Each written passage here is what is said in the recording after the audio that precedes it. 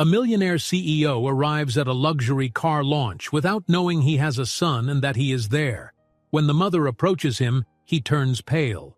But before we dive into the full story, let me know where you're watching from and what time it is. Now, subscribe to the channel and let's get started. Ethan Carter stepped onto the stage, shoulders pulled back and chin held high, as bright spotlights reflected off the sleek curves of the new luxury car behind him. The crowd's applause surged like a wave. Investors in tailored suits, curious journalists with flashing cameras, and celebrities waiting to see the next big thing. Ethan paused at center stage, taking in the energy of the moment. Outwardly, he radiated confidence. Inwardly, his mind was a jumble of spreadsheets, deadlines, and anxious reminders that his company's future hinged on this event going off without a hitch. He caught the excited murmurs from the audience. Some admired the design of the car, gleaming under the stage lights. Others quietly remarked on the rumors that the production schedule was behind. As the camera shutters clicked in rapid succession, Ethan forced a polished smile to his lips. He had been perfecting that smile for years, long enough to ensure that no one would guess at the knots twisting in his stomach. Just over his shoulder, he could see a flurry of activity in the backstage area. Anxious assistants whispered over tablets and pointed to the overhead screens. One of them waved him a thumbs up, but the tension in their eyes told a different story. There had been last-minute technical hiccups all morning. Unfortunate timing, he thought bitterly, considering how crucial a flawless launch was to his company's success. But he had no choice now. The show had to go on. Before he could focus on any potential problem, a familiar figure sidled into his peripheral vision. Donovan Evans, smooth-talking, meticulously groomed, and always dangerously self-assured, stood among the VIPs, offering Ethan an insincere smile. It was the kind of smile that would have charmed less wary onlookers, but Ethan recognized it as the opening gambit in Donovan's constant quest for leverage. The man was never anywhere just to watch. He was there to pounce on any slip, twist any weakness into his own opportunity. Ignoring Donovan, Ethan took a small, discreet breath and began his opening speech. "Ladies and gentlemen," he said, voice echoing across the packed auditorium, "thank you for joining us tonight. You're about to witness the unveiling of a vehicle that redefines not just luxury, but the very idea of what innovation can achieve." He launched into describing the car's advanced engineering, handcrafted interiors, and the cutting-edge technology that made it stand out from the competition. The crowd seemed impressed at first, nodding along. But Ethan sensed more than a handful of them were waiting to see if any cracks would appear in this polished presentation. Sure enough, as if on cue, the stage lighting flickered. It was just a brief stutter in the system, but enough to ripple a wave of anxious murmurs through the audience. Ethan kept his composure, continuing his pitch while backstage staff scrambled in hushed frenzy to fix whatever had caused that brief blackout. A minute later, everything was stable, and Ethan forged ahead, determined not to let that hiccup derail his momentum. Still, in the front row, a pair of influential investors exchanged pointed glances. Ethan recognized them, longtime supporters who could as easily become critics if they lost faith in his leadership. He pressed on, weaving in phrases about exclusivity and sustainable performance. The message was clear. This car would elevate the company to new heights. If it sold well, the shareholders would be thrilled, and Ethan's place at the top would be secure. But if any more snafus emerged, it might spur doubts he couldn't afford. Then, mid-speech, a presence drew his attention to the far side of the stage. A woman entered quietly, making her way toward one of the side aisles. Her steps were confident, yet unassuming. Dark hair fell neatly over her shoulders, and she held a folder brimming with notes. The sight of her struck Ethan like a jolt to his chest. Nicole Collins, someone he had not expected to see here or anywhere in his orbit again. He faltered for the briefest moment, his words catching in his throat. The interruption was so subtle that most in the audience wouldn't have noticed. But Donovan, from his vantage point, certainly did. Ethan could sense that shark-like grin forming on Donovan's face as if it were a neon sign. Drawing in a steadying breath, Ethan resumed his speech, concluding with a flourish. "This is more than a car. It's a symbol of what ambition, creativity, and dedication can achieve. I believe it signals a new era for our company." The crowd broke into applause, though it felt slightly subdued, as if they too had caught wind of the unsettled undercurrents. As soon as he stepped off the stage, a half-dozen journalists rushed him, peppering him with questions about the production timeline and rumors that certain safety tests were still incomplete. He tried to address each question politely. "We're absolutely on schedule," he repeated in varying tones of reassurance. "All tests meet industry standards." But his heart pounded harder than before.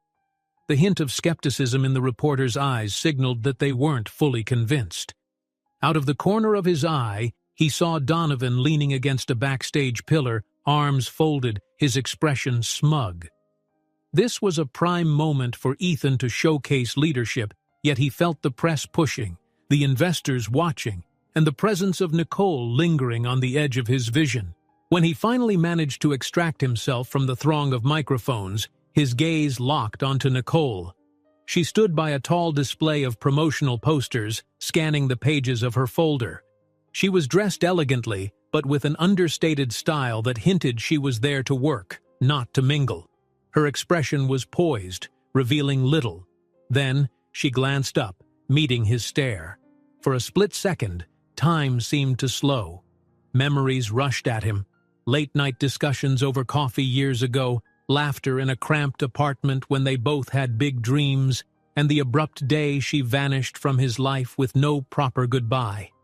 He felt a surge of questions well up inside him, but as soon as he began to approach, she lifted a hand in a polite but dismissive motion, indicating she had to run.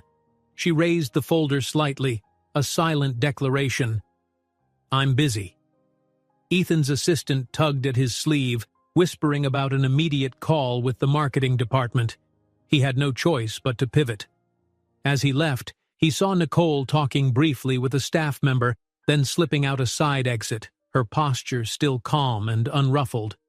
It was only after he ended his call that he learned who she was, the consultant hired to fix the publicity fiasco. A last-minute fixer, the staff called her. And apparently, she was quite good at her job. The press conference ramped up once more when Donovan offered a few comments. Journalists turned to Ethan for responses about manufacturing numbers, rumored cost overruns, anything they could twist into a headline. Donovan simply stood to the side, quietly smirking whenever Ethan stammered or paused or tried to brush aside repeated allegations about missed deadlines. The tension was thick enough to slice with a knife. At long last, the ceremony concluded. The car was unveiled to subdued applause. Some VIPs seemed thrilled, but others wore polite smiles that didn't reach their eyes. Ethan forced an appreciative grin, shaking hands and answering final questions. Every part of him yearned for a moment to breathe, to process the stress and the shock of seeing Nicole again. When the official program ended and people began filtering out, Ethan scanned the dispersing crowd, checking for any sign of Nicole. Finally, he spotted her near the exit, folder clasped to her chest. She raised her eyes and looked straight at him. He couldn't read her face. Was she wary? Conflicted? Something else entirely? The expression was so guarded it sent a swirl of uncertainty through him. Then she turned away, leaving him more unsettled than before.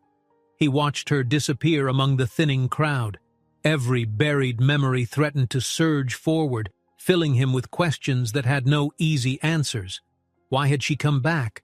What was her game plan? And why did he feel the slightest twinge of guilt, as if he'd abandoned a responsibility he never knew was his? He knew there was no going back to how things were. Nicole's arrival at the launch felt like a fork in the road. In the distance, Donovan chatted with a small group of people, his gaze flicking to Ethan every so often, as though the rivalry had just entered a new phase. Ethan sighed, aware that he had no choice but to navigate the storm brewing around him. his company's precarious position, the glint in Donovan's eye, and now this ghost from his past with secrets he couldn't begin to guess. And then he remembered the way Nicole had looked at him before turning away. That single glance, unreadable and compelling, lit a spark of both trepidation and anticipation deep in his chest. While the crowd disperses, Ethan catches sight of Nicole glancing back at him with an unreadable look. It triggers a flood of old memories, leaving him wondering why she's really there and what she's hiding. Ethan wove his way through the thinning crowd, determined to catch Nicole before she disappeared again. His mind still replayed that moment they locked eyes on the stage, where she seemed both guarded and oddly familiar, like a memory that refused to stay buried.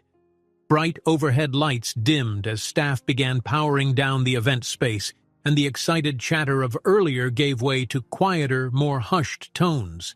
Investors trickled out, their glossy invitations tucked away, while the marketing crew gathered in small pockets to debrief the night's mix of triumphs and near disasters. He spotted Nicole near the backstage corridor, flipping through pages in a dark leather folder. She hadn't noticed him yet, her focus pinned on whatever last-minute crisis she was handling. Leaning against the wall to steady himself, Ethan forced a breath through clenched teeth, reminding himself that, whatever their past, they now had a professional relationship to manage. He stepped forward and cleared his throat. Her gaze flicked up, and for a moment, her composure slipped. A flicker of hurt flashed across her features before she straightened her spine and greeted him with a polite nod. "I was just reviewing a few notes on how to handle the PR from tonight," she said in a controlled tone. "We need to push a statement out first thing in the morning." He studied her, waiting for some hint that she, too, felt the weight of old memories pressing down on them both, but her face gave little away.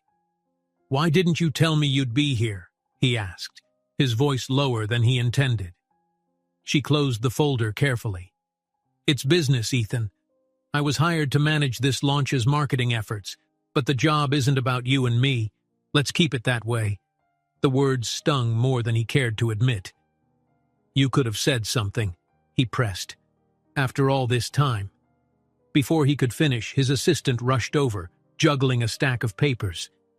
"They're in a panic about tomorrow's post-launch schedule," she blurted. "Could you confirm the meeting times with the production team? Also, we need an updated sign-off on the press release." Ethan kept his eyes on Nicole, reluctant to break the moment. "Wait here," he said to her, voice firm. "I want to finish this conversation." She nodded, though her expression was unreadable, and he followed his assistant down the hallway. The scheduling mix-up took longer to sort out than expected. One department insisted they'd booked the media demonstration for the morning, another believed it was set for late afternoon, and the confusion churned up more stress than any of them needed. Throughout the back and forth, Ethan's mind stayed half on Nicole, remembering the trace of emotion he'd glimpsed in her face a moment earlier. The fact that she was here, really here, unsettled him more than any glitch in the schedule ever could. When he finally returned to the spot where he'd left her, Donovan was standing there instead, looking far too pleased with himself. "Everything all right?" Donovan asked, voice dripping false concern. He gave Ethan a slow smile. "Saw you talking to Nicole Collins. I've heard she's quite the asset, especially in a crisis." Ethan stiffened. "I appreciate your worry, but I've got it covered." Donovan chuckled softly. "Of course you do." He glanced around the dimly lit hallway, noting the absence of Nicole. "She had to run, said she'd catch up with you tomorrow. Maybe she realized you were preoccupied." With that, he shot Ethan a last pointed look and walked away, leaving behind a tension that refused to dissipate. Ethan pushed through the door to a side exit, hoping he might catch Nicole in the parking lot, but saw nothing but a few staff members hauling event equipment to loading trucks. Sighing, he turned back inside, letting a flood of memories bubble to the surface. Dinners with Nicole in tiny restaurants when neither of them had much money, spontaneous road trips, late-night brainstorming sessions about their future careers. The recollections tasted bittersweet now, A frantic call on his phone jolted him back to the present. The marketing team had discovered a glaring error in the promotional materials, a printing mishap that listed the car's top speed incorrectly. If the press got hold of the wrong number, it would fuel criticism about the company's reliability. "I'll be right there," Ethan said, picking up his pace. He arrived in a small office humming with panic. Marketing executives in rumpled suits hovered over laptops, while designers cursed under their breath at the faulty PDFs on screen. Amid the chaos, Nicole walked in, unruffled. She calmly asked for the most recent files, read them over, and began issuing instructions to fix the error. "Send the corrected version to every journalist on our press list," she directed, her voice even. "Then post a brief correction on social media, framing it as a clarification rather than an error." Her composure impressed even Ethan. Within minutes, the entire fiasco was on its way to being resolved. When they'd done all they could, everyone slumped in relief. Someone suggested regrouping in the nearby conference room to finalize a crisis control plan. Ethan led the way, stepping into a space dominated by a large glass table and high-backed chairs. The fluorescent lights buzzed faintly overhead, reflecting off the polished floor. Nicole took a seat near the far end, arms folded, her posture guarded. As the team recapped the day's events, Ethan glanced at her. He tried to read her expression, but she revealed nothing. Only when their co-workers finished did Nicole speak, going over strategies to maintain focus on the car's unique features rather than the flickering stage lights or rumored production delays. It was practical, professional, yet he detected a tension in her voice that hadn't been there years ago. A snippet of conversation drifted from the hallway. Through the partially open door, Ethan overheard someone on their phone, half whispering about a rumored child Ethan was supposed to have fathered. The words "secret kid" and "could sink the launch" filtered in, making his blood run cold. He leaned back in his chair, clearing his throat loudly so the others wouldn't catch on. Then someone from the marketing crew, eyes glued to their phone, raised a question about tabloid gossip. "Ethan?" she asked tentatively. "There's a new rumor circling online that you might be a father. Is there anything we should know to help manage PR?" He forced a dismissive laugh, though inside he felt a spike of anxiety. "It's nonsense," he said bluntly, hoping he sounded convincing. "Pure speculation." He couldn't help but notice the way Nicole's face darkened. She stared at the table, her jaw tensing. Whatever her thoughts were on the rumor, she kept them behind a stoic mask. When the room cleared and they were briefly alone, she lowered her voice. "That kind of gossip can overshadow everything we've accomplished. If you don't address it carefully, it'll just grow bigger." He bristled at her tone. "I don't owe anyone an explanation about my personal life," he replied. She took a breath, as if choosing her words. "At the very least, treat it like a real threat. Donovan could use this against you if he wants to, and he probably does." Ethan's frustration boiled. "You vanished years ago with no explanation. Now you reappear, and suddenly everyone's whispering about a child, plus Donovan's lurking around like a vulture. I deserve some honesty. Why did you leave, Nicole?" She looked torn, eyes flicking to the door, as if to ensure no one was listening. "Not here, not now," she murmured. "There's too much at stake for a personal argument to overshadow the entire launch. Let's just make sure the next steps are handled correctly, and we can talk later." Before he could press further, a security alarm blared from somewhere down the hallway. Red lights flashed overhead, accompanied by urgent voices echoing through the building. He dashed out of the conference room with Nicole right behind him, following the commotion. They found a group of security guards wrestling with an intruder who clutched a professional camera. The man was determined to snap shots of behind-the-scenes chaos, no doubt hoping to sell them to the highest bidder. As they dragged him away, he spat accusations about wanting to expose the real story behind Ethan Carter's brand. The ruckus drew staff from all corners, adding to the swirl of confusion. By the time the intruder was expelled, the only sign that Nicole had been there was the lingering warmth of her presence. She'd slipped away, leaving Ethan scanning the crowd, a fresh wave of unease tugging at him. Had she taken the opportunity to vanish so he couldn't corner her with more questions? He walked back to the conference room. The overhead lights still buzzed, highlighting the scattered papers and half-empty coffee cups left by the team. His thoughts spun about the rumor, about Nicole's guarded stance, and about how Donovan's smug grin kept appearing at the worst times. The day felt like a relentless puzzle with missing pieces. As he gathered a stray folder from the glass table, his eyes caught a small photograph peeking out from underneath it. He picked it up carefully, noting its faintly crumpled edges. The image was of a young child, maybe 4 or 5 years old, with striking pale eyes that practically glowed against a soft background. There was no note or identifying name, just that face, wide-eyed and curious, staring back at him. A sudden chill crept over him. He swallowed hard, recognizing something familiar in that gaze, though he couldn't place it. Ethan discovers a small photo left in the conference room, a snapshot of a child with striking eyes. There's no note, but an odd feeling churns in his gut when he sees how familiar those eyes look. Ethan stood frozen in the empty conference room, the small photograph of a child clutched between his fingers.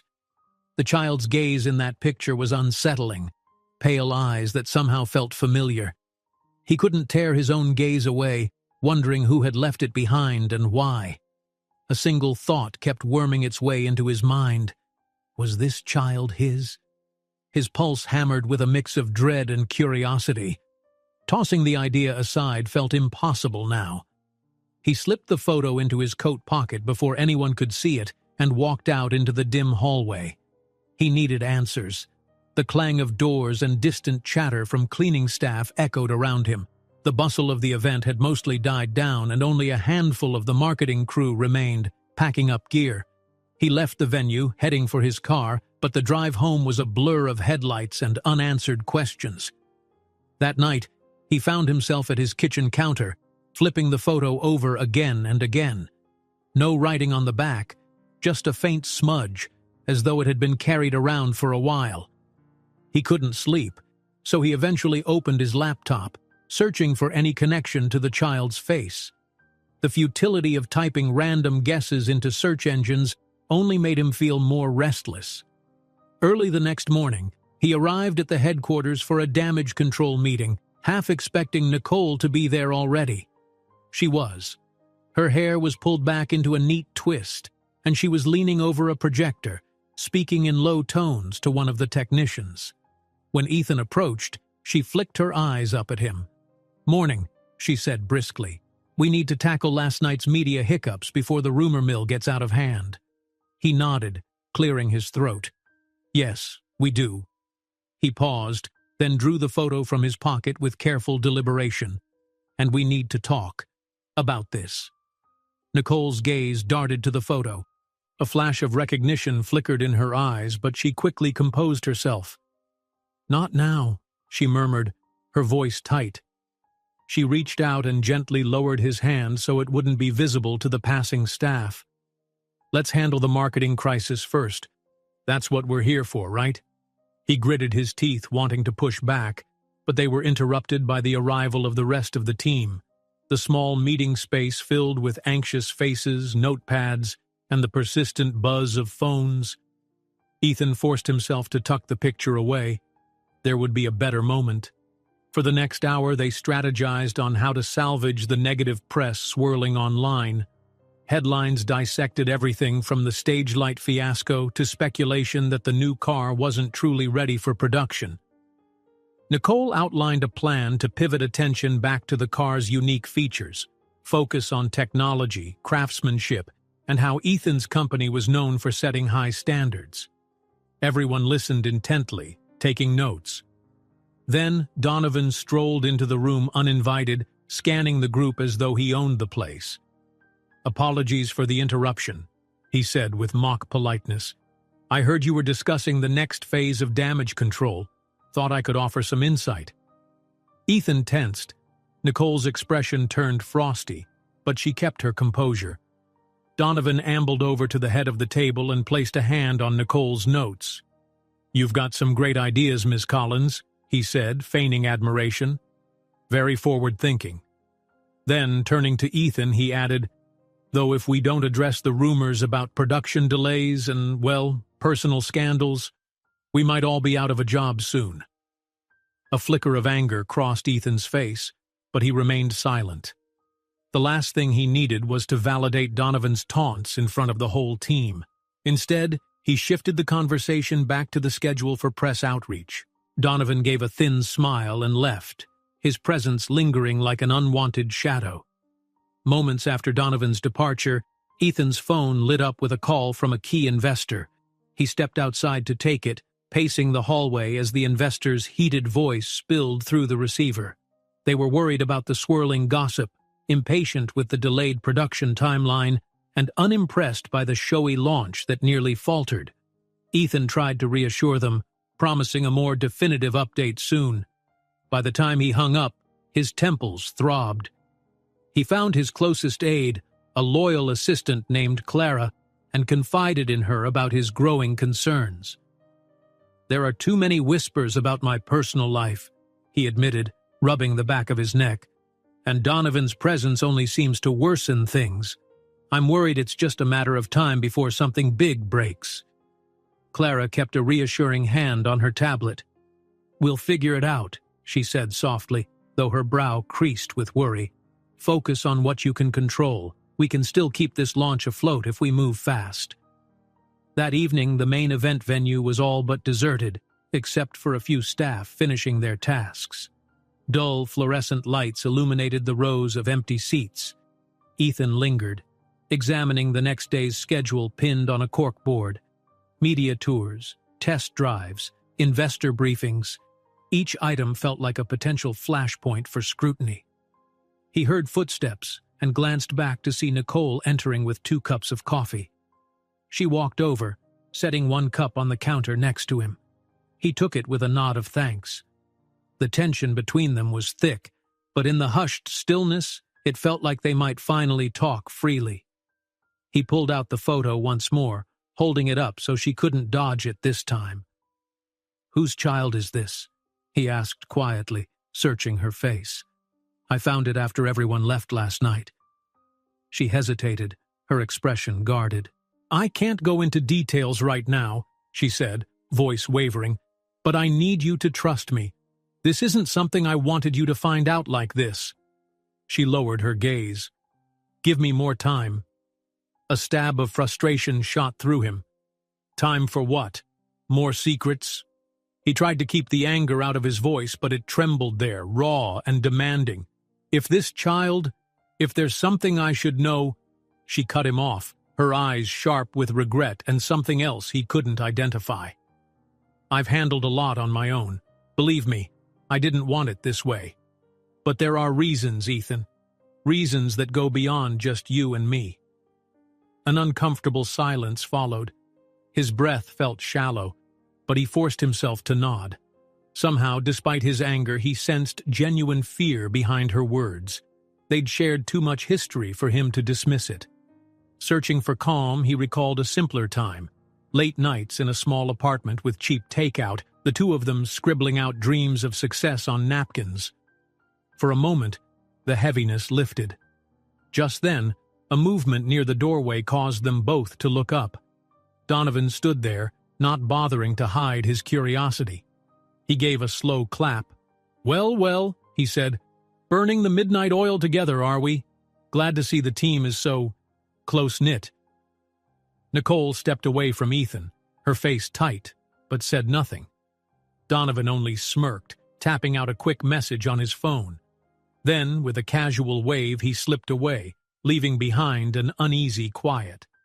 Any fleeting warmth disappeared in that moment. They both realized how many prying eyes and ears surrounded them. Ethan felt that any conversation was dangerous until he could be sure Donovan wasn't lurking nearby. He placed the photo back in his pocket. "Tomorrow," he said. "We'll figure things out tomorrow." But morning brought a fresh wave of chaos. News vans had parked outside the office building before sunrise, paparazzi jostling for position to catch even a glimpse of Ethan or Nicole. Security guards struggled to maintain order. Microphones thrust forward, cameras flashed at every move. Rumors about Ethan's supposed hidden child had reached a fever pitch, overshadowing the excitement for the new car. Nicole jumped right into crisis mode, calmly directing staff to set up a designated press area. She orchestrated a brief statement about the day's itinerary, urging the media to remain orderly. It was a delicate dance. Keep the focus on the car, but deflect personal questions that had nothing to do with business. Ethan felt a wave of gratitude watching her at work. Despite the tension between them, she was undeniably good at handling the press. He took a step toward the cameras, ready to deliver a planned line about the success of the launch. Before he could speak, an especially loud voice cut through the air. "Mr. Carter! Mr. Carter!" a reporter shouted, straining over the barricade. "Is it true you abandoned your own son?" The words rang out with brutal clarity. Time seemed to slow as the question echoed. Ethan's eyes went wide, stunned. He tried to respond, but his voice stuck in his throat. Then he caught sight of Nicole, standing behind the cameras, her expression stricken, confirming in that moment that their worst fears had just come to light. One reporter manages to shout, "Ethan, is it true you abandoned your own son?" The question echoes, leaving him momentarily speechless, and Nicole's stricken expression confirms that everything is about to change. Ethan stared straight at the reporter, unprepared for the brutal force of that question echoing across the makeshift press area. His mind raced, the world slowing down as though he'd been thrust into some distorted dream. He managed to croak out, I don't know anything about a child." But it sounded weak, even to his own ears. The camera lights glared, capturing his stunned expression while eager faces pressed closer, trying to tease out more. Nicole wasted no time. She stepped forward, her voice firm yet polite as she told the reporters there would be no further comments. Linking her arm through Ethan's, she pulled him back inside the building, leaving the paparazzi clamoring behind. His pulse thundered, and he caught a glimpse of Donovan in the crowd, leaning against a wall with a predatory smile. Inside, the chaotic hum of people trying to manage the event felt magnified. Security guards hustled around, staff members whispered in clusters, and the distant buzz of someone's phone alarm created an unsettling melody. Nicole tugged Ethan into a quiet side corridor where she rounded on him. "What happened out there?" she demanded, her voice hushed but urgent. "You looked like you'd just been struck by lightning. You know they're hungry for anything they can twist." He ran a hand over his face, struggling to regain composure. "I didn't expect a direct question about having a child. Rumors, I could handle. But the way they asked, it caught me off guard." Nicole exhaled, anger edging her tone. "You need to be prepared for everything. Donovan's behind this, I'm sure of it. He'll push the gossip any way he can. Don't give him the ammunition." A wave of frustration rolled over Ethan. "Easy for you to say. You're keeping secrets of your own, but I'm the one out there answering questions." She pursed her lips. "I told you, let me handle the communication side while you stay calm. I'm here to protect our work, and maybe spare you some personal pain in the process." Just then, a junior assistant appeared, breathless. "Mr. Carter, the investor consortium is on a call. They want you on immediately. They're not happy." Ethan and Nicole exchanged a look that contained equal parts dread and resignation. "I'll handle it," he said.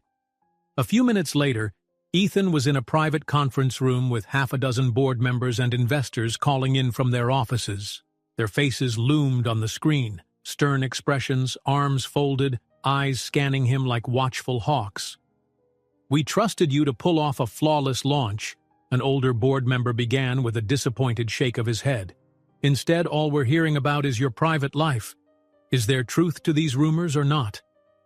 Ethan leaned forward, trying to keep his tone steady. "I have no knowledge of any child," he said carefully.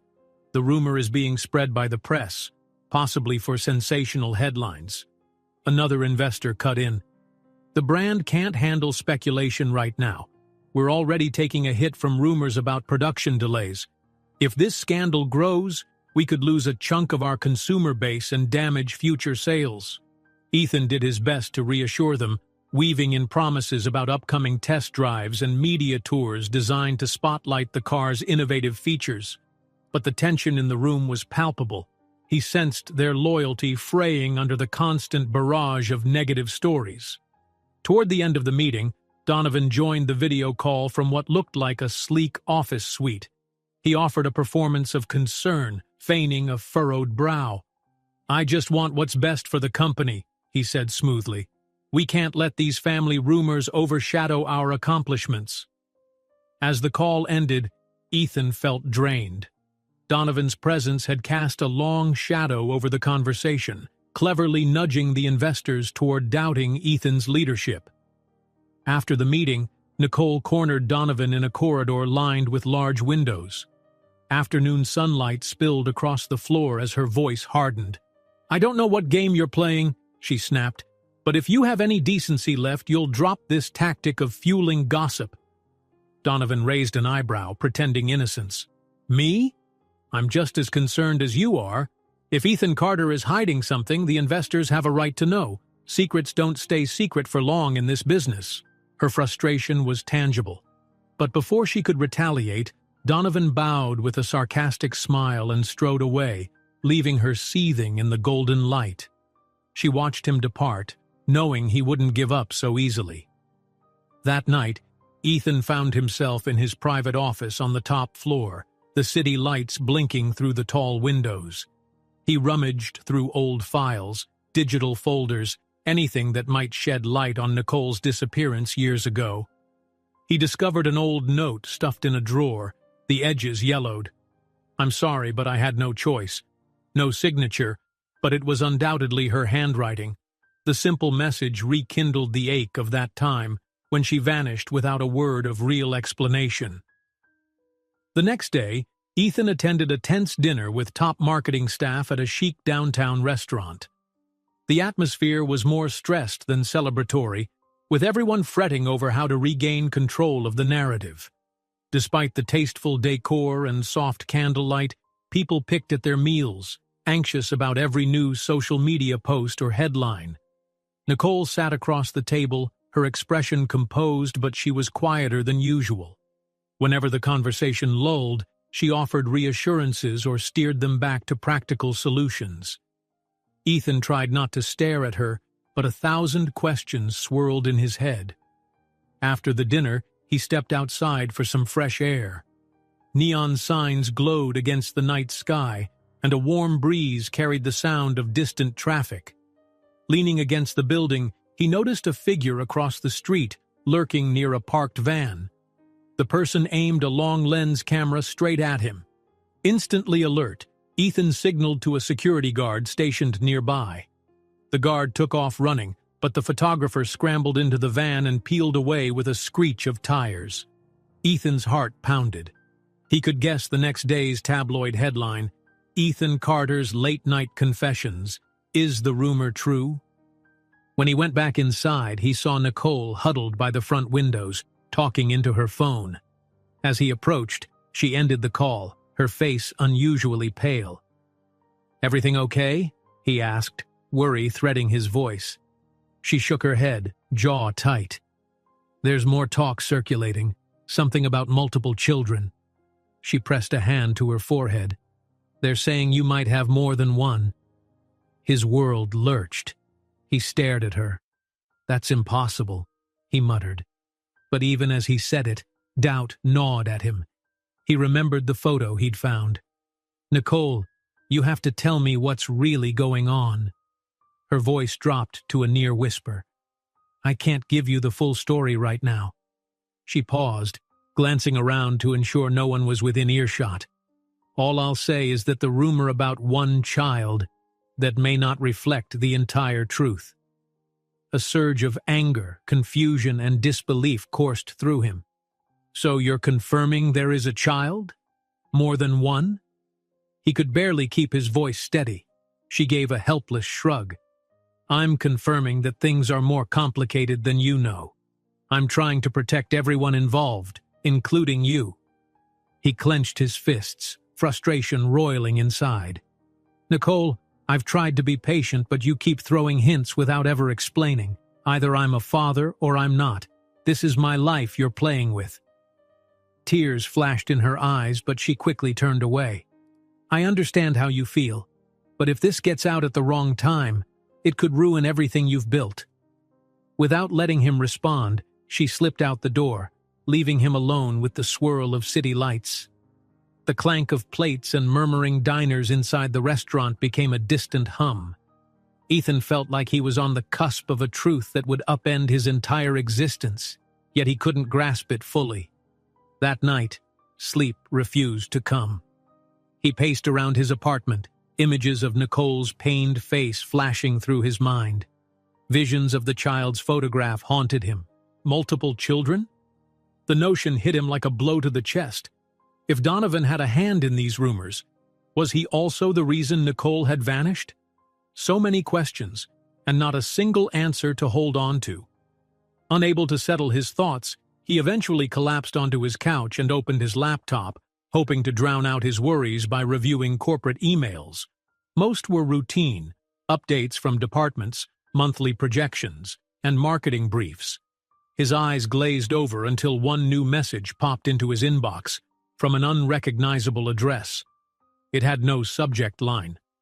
Curious, he clicked it open. Only one sentence appeared on the screen.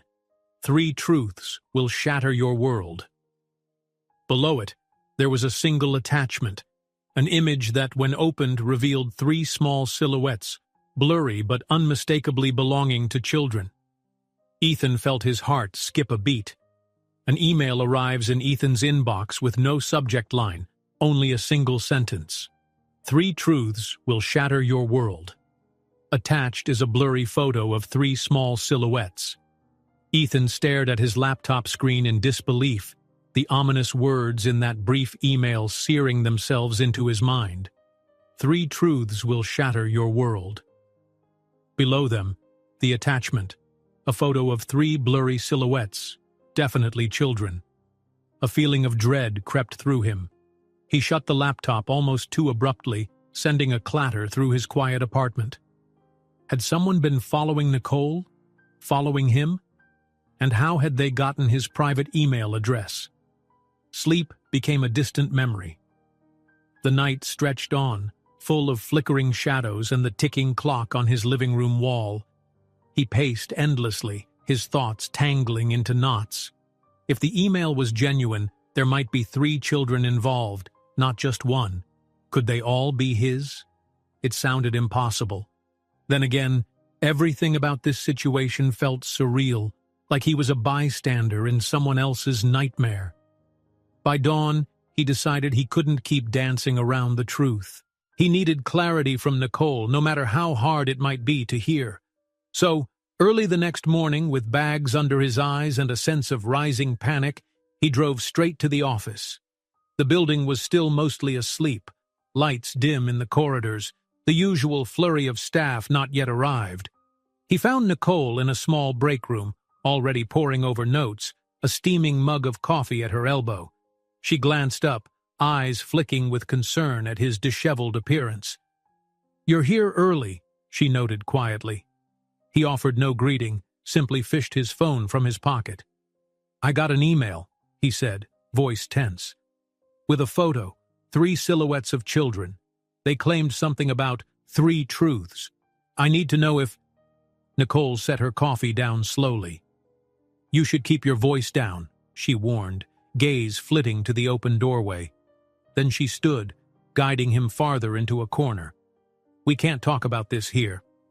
"Then where?" he demanded, frustration edging his voice. "No more vague half-answers, Nicole. I'm being blindsided by messages about multiple kids. Are you telling me there's more than one child involved in all this?" She crossed her arms and looked away, her silence speaking volumes. Finally, she shook her head. "It's complicated." He flinched at those 2 words, feeling anger prickle at the back of his neck.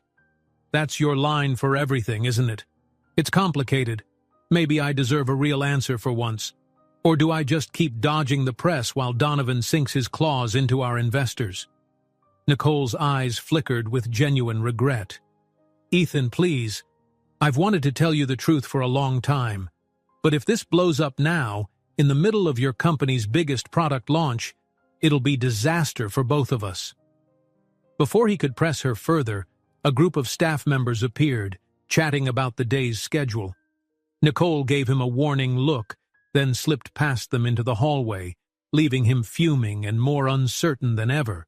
A few hours later, he found himself in a boardroom.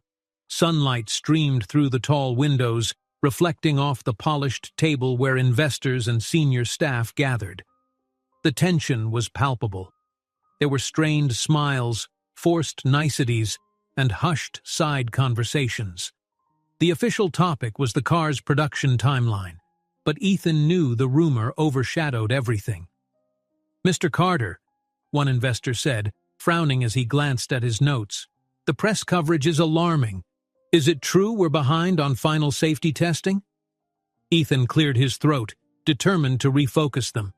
"We've completed all initial tests, and final certifications are underway. Yes, there have been minor setbacks, but we're still within a safe time frame for launch."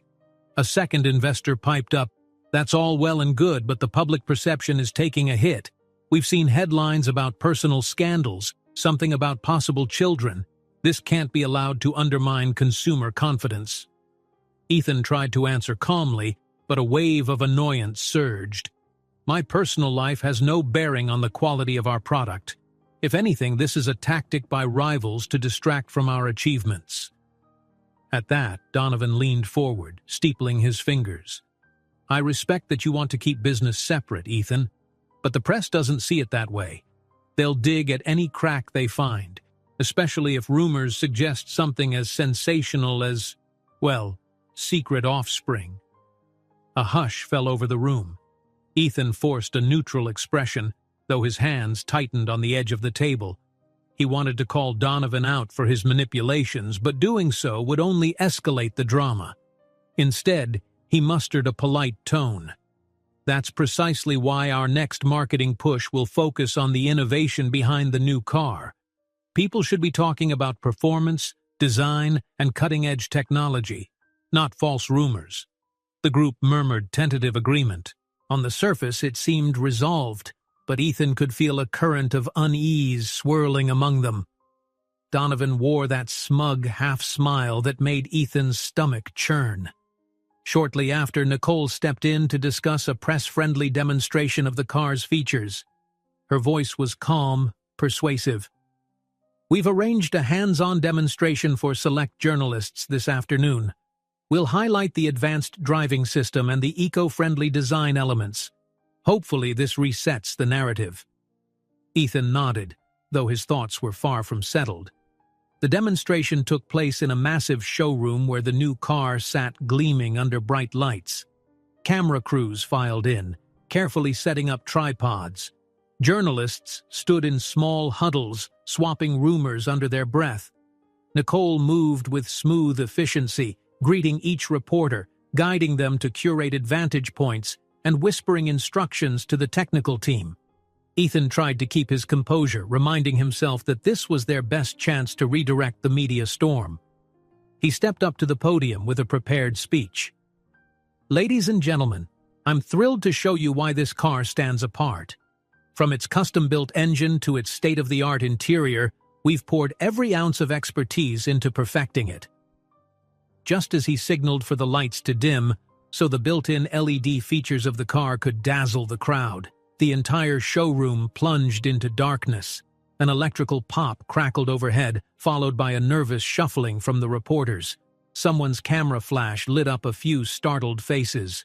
"Please stand by," Nicole's voice called out, trying to maintain control. Crew members raced to reset the circuit breaker, but the minutes dragged on in near darkness, with only emergency exit signs casting a dull glow. Tense murmuring rippled through the guests. After a moment, the overhead lights sputtered back to life, revealing an uneasy audience. A rogue journalist near the front seized the moment, raising his voice. "Is the car really ready to launch if the power keeps failing? And what about the rumors? Are there multiple children you've abandoned, Mr. Carter?" The word triplets slipped from someone else's mouth. A flicker of shock passed across Nicole's face, and a photographer snapped a shot at that exact moment. The resulting image would catch her wide-eyed, breath caught in her throat. Ethan felt his control slip. Everything was unraveling again. He clenched his fists. This demonstration was about showcasing our technology. The power outage is an unrelated electrical glitch in the building. His voice trembled with barely contained frustration. As for the rumors, they're baseless, and I won't be discussing them further. Yet the damage was done. Within minutes, half a dozen people were typing furiously on their phones, uploading images and speculation to social media. The sense that everything was spiraling out of control pressed down on Ethan's chest, making it hard to breathe. Backstage, he erupted, snapping at one of the technicians who apologized for the short circuit. "Didn't we triple-check everything?" he barked. "How hard can it be to keep the lights on?" The technician, startled, mumbled an apology, retreating hastily. The sudden anger felt foreign to Ethan, like someone else was controlling him. This wasn't how he usually handled problems, and seeing fear in the technician's eyes jolted him. Nicole appeared by his side, voice low. "You need to stop," she said. "We'll only make things worse if you lash out at the team. They're not the enemy." He turned on her, wanting to argue, but seeing the concern etched on her face doused his temper. She was right. Anger would hand Donovan and the media exactly what they craved: more chaos. Ethan exhaled, forcing himself to calm down. "I'm sorry," he murmured, glancing toward the stage crew who were now whispering among themselves. "It's okay," Nicole replied, compassion softening her tone. "I know you're under pressure, but we have to stay unified, or we're giving Donovan an even larger opening." Later, once the journalists had been ushered out and the showroom was cleared, Ethan retreated to his office. He found himself browsing hours of security footage, searching for any sign of sabotage. One clip showed Donovan meeting with two figures who looked like reporters, whispering conspiratorially in a corner. They exchanged a handshake before slipping away. Though the footage had no audio, the body language felt sinister. Ethan saved the clip on his computer, determined to keep it as evidence. Anxious about the swirling rumors, he decided to contact an old friend of his family, a longtime lawyer named Brent Carlisle. They arranged a private meeting in a quiet bistro later that evening. The place was softly lit, with classical music playing in the background. Over coffee, Ethan told Brent about Donovan's machinations, the cryptic emails, and the photos suggesting multiple children. Brent, usually calm and measured, looked alarmed. "This is bigger than simple gossip," Brent said quietly, tapping a pen against his notepad. "You need someone digging into who's fueling these stories. I can handle a discreet investigation, but if it's true you might have, well, children you weren't informed about, you need to be prepared for a legal and emotional minefield." Ethan swallowed hard, feeling the weight of those words. He thanked Brent for his help, leaving the bistro with his mind churning like a restless sea. The following day, he cornered Nicole in a storage room at the office, away from prying eyes. She looked tired, dark circles under her eyes, lips pressed in a worried line. "I need the truth," he whispered. "At least part of it. Are you telling me you had children, my children, after you left?" She hesitated, tears glistening in her eyes. "Yes," she said finally, voice raw. "I was pregnant when I vanished, Ethan. But it wasn't just one child." She swallowed, unable to form the words. "There were 3. Triplets." Ethan felt the world tilt. He staggered back, nearly knocking into a shelf. "3? And you never told me?" His voice cracked. She trembled, visibly distressed. "I didn't plan any of this. I was cornered, threatened. I had to disappear to keep them safe, to keep you safe. I'm not saying I handled it perfectly, but I did what I thought was right at the time." His mind buzzed, hammered by the enormity of her confession. 3 children, all presumably his. 1,000 thoughts collided. Anger, betrayal, regret, an odd surge of protectiveness. Before he could gather himself, footsteps sounded outside. Donovan's voice carried through the hallway. He must have overheard something because he paused at the door, a slight grin audible in his tone. "Well, well," Donovan called from just outside. "Quite the secret meeting in here. Don't stop on my account." He chuckled, footsteps retreating but leaving his presence like an oily residue behind. Nicole closed her eyes, looking devastated. "He knows enough to destroy us both if he wants to," she whispered. "To ruin the company, and to exploit the children."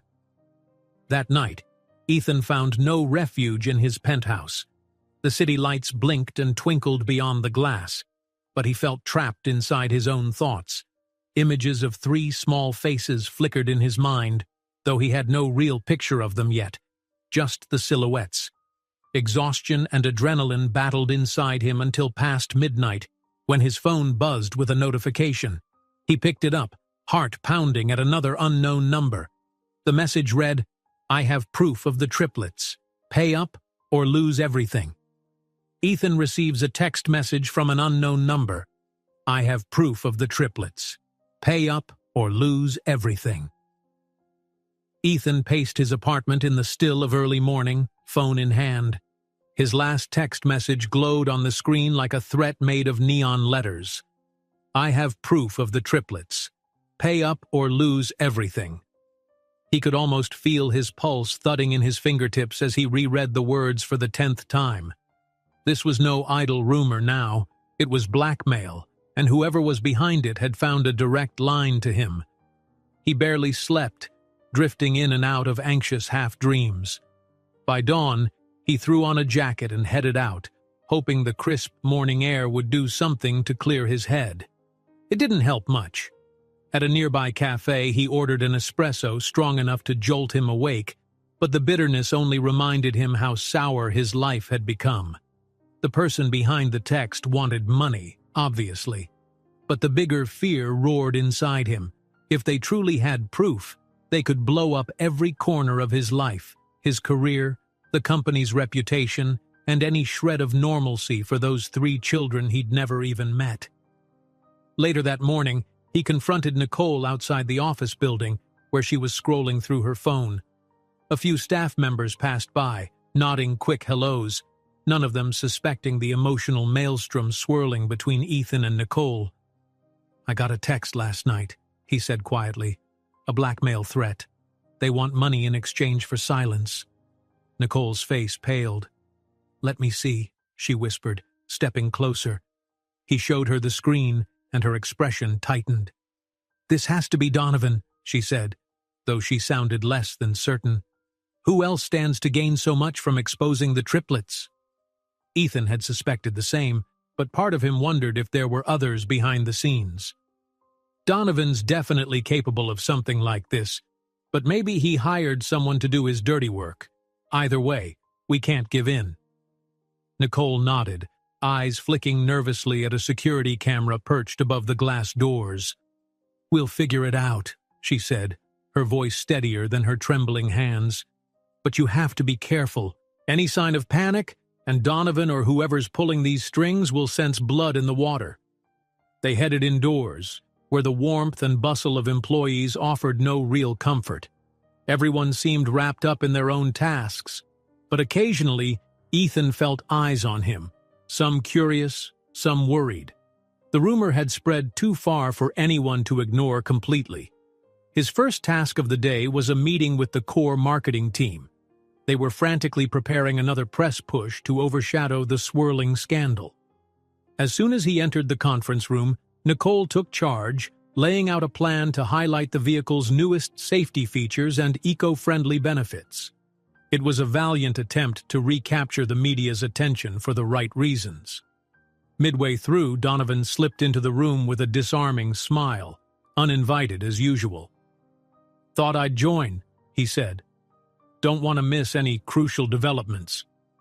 He settled into a chair, crossing one leg over the other. Ethan caught the flicker of annoyance on Nicole's face, but she pressed on, continuing the presentation.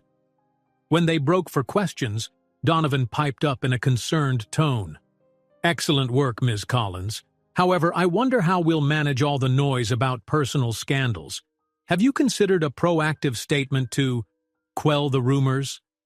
His gaze slid to Ethan, who clenched his jaw at the obvious bait. Nicole offered a tight smile. We're focusing on the product's strengths. Releasing a direct statement about the rumors might only fuel them further. Unless you think differently? Donovan feigned a thoughtful pause. No, I trust your expertise. It's just that these rumors can be persistent. His eyes shone with satisfaction, as though delighted to watch them squirm. The tension in the room was suffocating by the time the meeting ended. Ethan gathered his notes in silence, ignoring Donovan's small talk. Once Donovan left, Nicole exhaled, shoulders dropping. He's fishing, trying to see if we'll slip and confirm anything. Ethan nodded grimly.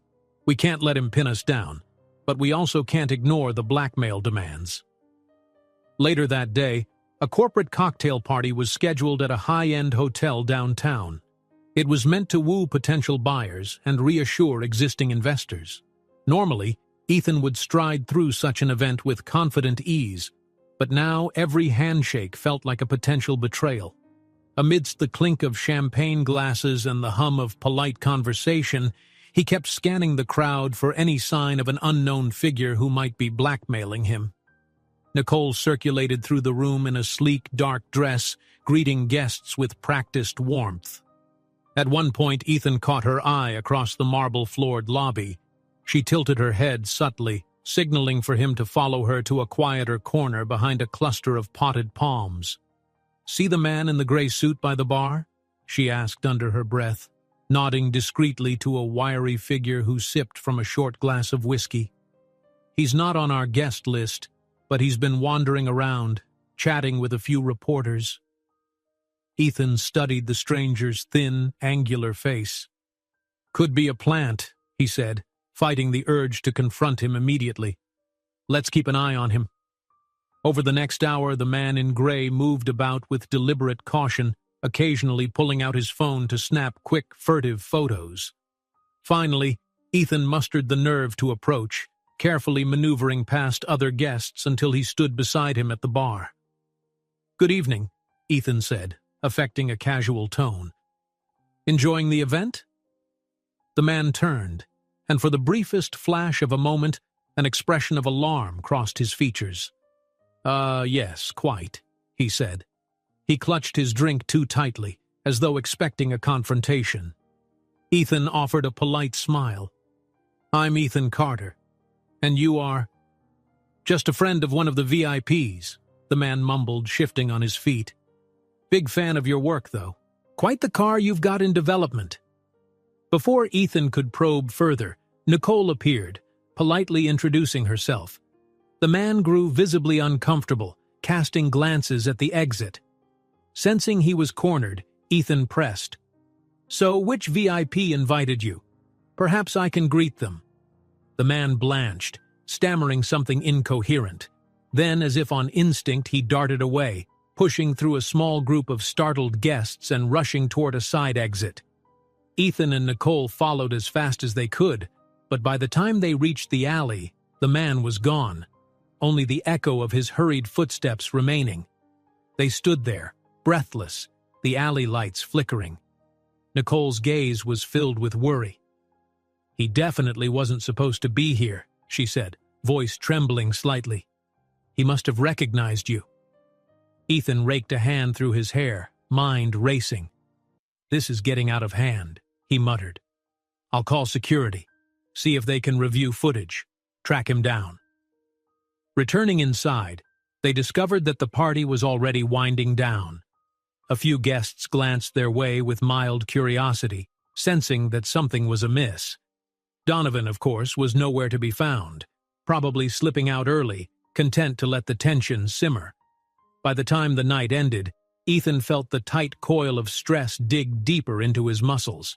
He and Nicole regrouped in a quiet suite provided by the hotel, reviewing everything that had happened. Outside, city lights sparkled against the dark sky. Inside, they shared a mutual sense of dread. "Whoever that was, he's connected to the rumors," Ethan said. "We need real evidence that links Donovan to these stunts."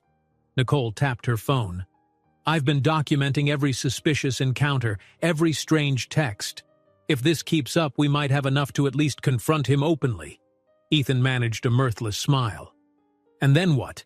We expose him and hope it doesn't tank the company's reputation in the process?" She placed a hand on his shoulder, a rare gesture of warmth. "We'll figure this out," she repeated. "Sometimes shining a light on the truth is the only way to stop the darkness from spreading." Ethan was struck by the sincerity in her eyes. He wanted to believe they could emerge from this crisis stronger, but so many secrets lay between them, secrets that, if fully revealed, could upend both their lives. A short while later, Ethan returned to his penthouse. The place felt bigger than usual, empty and echoing. He checked his phone again. No new texts from the blackmailer. Maybe they were lying low, waiting for him to cave in. He paced the living room, glancing periodically at the city skyline. Each time he heard a notification ping, his heart lurched, expecting another cryptic demand. His mind drifted to the triplets, 3 children, all presumably his, existing out there in the world. Had they been safe all this time? Had they asked about him? The questions were endless, and Nicole's evasive answers provided no closure. Morning came too soon. Another round of crisis meetings awaited, and Ethan forced himself to dress in a crisp suit, determined not to show any cracks in front of the staff or the board. Coffee in hand, he entered the office to find Nicole waiting by his door, scanning messages on her phone. She looked worn but resolute. Without preamble, she showed him her screen. "Someone just leaked a file of pictures to a reporter friend of mine. Photos of 3 toddlers, each with your eyes." She shuddered. "My contact wouldn't send me the full set, but from the thumbnails, it's unmistakable." Ethan's face went pale. For a moment he couldn't speak. Then, steeling himself, he whispered, "So it's real. They have real images. Donovan must be behind it." Nicole hesitated, then exhaled, as if letting go of a burden she'd carried for years. "Ethan, I can't hide it anymore," she said, her voice trembling. "I had triplets after I left, and they are yours." He felt the ground shift beneath him. Even though he'd suspected, hearing it from her directly felt like a shockwave. His throat went dry, and he had to steady himself against the doorframe. "All this time? Why wouldn't you tell me sooner?" Tears brimmed in her eyes. "Because I was scared and I thought I was protecting them. And maybe you too. Donovan isn't the only threat out there, but he's the one who orchestrated everything to keep us apart. I'm sorry." A swirl of emotions clogged his chest. Anger, betrayal, profound sadness. And then, a deeper sensation took hold, an urgent, fierce need to protect those children he'd never met. "We're going to fix this," he said, his voice low but full of conviction. "I'm not letting them stay hidden in the shadows, and I'm sure not letting Donovan or any blackmailer use them against us." Nicole gave a shaky nod, relief mixed with lingering fear. "Then we have to be smart. Find out exactly who's pulling the strings, gather evidence, and face this head-on." He looked at her, a surprising clarity settling into his mind. "I'll do whatever it takes," he promised. "I want to see them, meet them, and be there for them." He paused, swallowing against the tightness in his throat. No more running. In that moment, it was as if they shared a fragile alliance. 2 people who once loved each other, now thrown into a crisis that could either break them completely or forge something new. A tear slipped down Nicole's cheek, but she quickly brushed it away. As they stood there, determined but uncertain, Nicole's phone buzzed. She glanced at the screen, eyes going wide. "It's from a blocked number," she said, voice tense. "It looks like official documents, birth certificates with your name as the father, and Donovan somehow got them." Nicole receives a phone call informing her that Donovan somehow got hold of official documents, proving Ethan is the biological father of all 3 children, and he's ready to release them to the media. Ethan couldn't shake the sound of Nicole's trembling voice on the phone, explaining that Donovan had obtained official birth records tying him to the triplets. Even though he'd already suspected Donovan was behind the leaks and blackmail, having that suspicion confirmed with cold legal documents felt like a punch in the gut. They had spent half the night discussing a plan, yet here he was at daybreak, pacing the corridor outside the boardroom, trying to rally what remained of his composure. Inside, investors were waiting for him, impatient and displeased. This meeting had been hastily arranged when rumors of the children broke wide open, plastering headlines everywhere. The hush of the hallway felt heavier than normal, and Ethan could see his reflection in the polished floor. He hardly recognized himself. Shoulders tense, eyes lined with fatigue, suit slightly wrinkled from hours of restless tossing and turning. He opened the door and stepped into a tense atmosphere. The rectangular table was surrounded by faces he knew, some of whom, until recently, had been his greatest supporters. Now, each carried a mixture of confusion and, in some cases, outright anger. "All right, let's begin," he said quietly, taking a seat at the head of the table. The usual small talk was absent. No one was in the mood for pleasantries. One investor, a woman named Hannah, tapped her pen against her notebook, echoing the collective impatience in the room. "Mr. Carter," she began, leaning forward, "we need an immediate explanation. Your reputation is deteriorating by the hour, and it's affecting the company's public image. Have you seen the latest headlines?" He nodded, trying not to let frustration show on his face. "I have. There's a complicated personal situation unfolding, and I'm handling it. Our product remains strong, and our future is secure, provided we stay focused." A second investor, brow furrowed, cut in. "The board has received an alarming number of calls questioning your leadership. We hear you may have fathered triplets in secret and abandoned them. Is that accurate or just sensational gossip?" Ethan's pulse spiked at the bluntness of the question. "It's not as simple as the media is making it sound," he replied carefully. "I wasn't aware of the children until recently. There was no abandonment." A murmur rippled around the table. He pressed on. "I can't divulge all the details yet, but I'm working to protect those kids and the company's standing." Hannah exchanged an uneasy glance with a few of the others.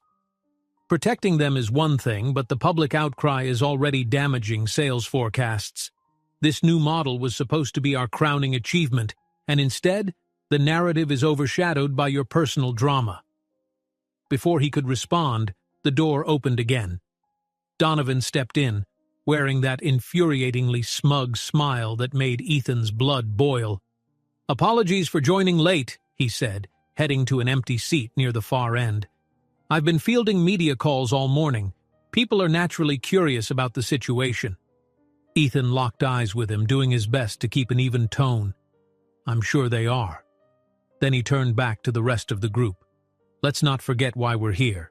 The car's production timeline is on track, and our marketing push—" Donovan cleared his throat, halting Ethan mid-sentence. "I hate to say it, but the public only cares about this scandal right now. Perhaps it would be wise to address it head-on to prevent further rumors." He shrugged, the perfect picture of faux sympathy. "Maybe even step back from the public eye until the dust settles." Hannah and a few others gave Donovan thoughtful looks, as if that suggestion held merit. Ethan felt a flash of alarm. "I'm not stepping back," he said, forcing calm into his voice. "I'm the CEO. This is my responsibility."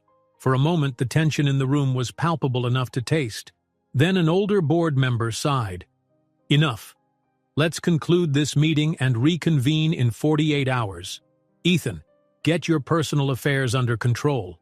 Donovan, keep the lines of communication open with the press until we figure out our angle." When the meeting broke, Ethan gathered his papers mechanically, ignoring Donovan's pointed grin from across the table. Outside, in the hallway, Nicole was waiting, her arms crossed. She eyed his tense posture. "How bad was it?" she asked softly. He grimaced. "They practically want me gone." Donovan's suggestion, obviously. He's painting himself as the stable alternative, spinning the story that I'm unfit to lead. Nicole swallowed, her eyes flitting away. We both knew this might happen when the truth came out. I'm sorry. Ethan let out a ragged breath, nodding. We need a plan, or else Donovan is going to take everything. My company, my reputation, maybe even the kids' safety. Where are they? He realized how little he actually knew. Are they secure? She blinked, a flicker of raw panic crossing her face. They're safe for now. I have them with someone I trust, far away from all this. But Donovan is ruthless. If he has the birth certificates, it means he could dig deeper, maybe even track them down. That prospect tightened Ethan's chest. We won't let that happen, he managed. Let's see what evidence we have tying Donovan to these leaks. Nicole nodded, her expression grim. I've already compiled every suspicious transaction or meeting he's had over the past few months. I also have proof he contacted certain tabloid reporters. We need a decisive move, something that exposes him without harming the kids. They spent the rest of the day locked in Ethan's office, sifting through emails, scouring phone logs, connecting the dots. Occasional knocks on the door brought marketing or tech updates about the car launch, but each time they gently dismissed the visitor, too focused on the immediate crisis to pretend the launch was priority number one. By now, it was painfully clear that the scandal overshadowed everything. As evening set in, Ethan's phone rang. Caller ID showed it was an influential investor he'd known for years, a man named Trevor who used to be a close ally. Ethan, Trevor said when he answered, word has it your personal scandal might lead to a major sell-off of company stock. I need you to know we're all losing confidence fast.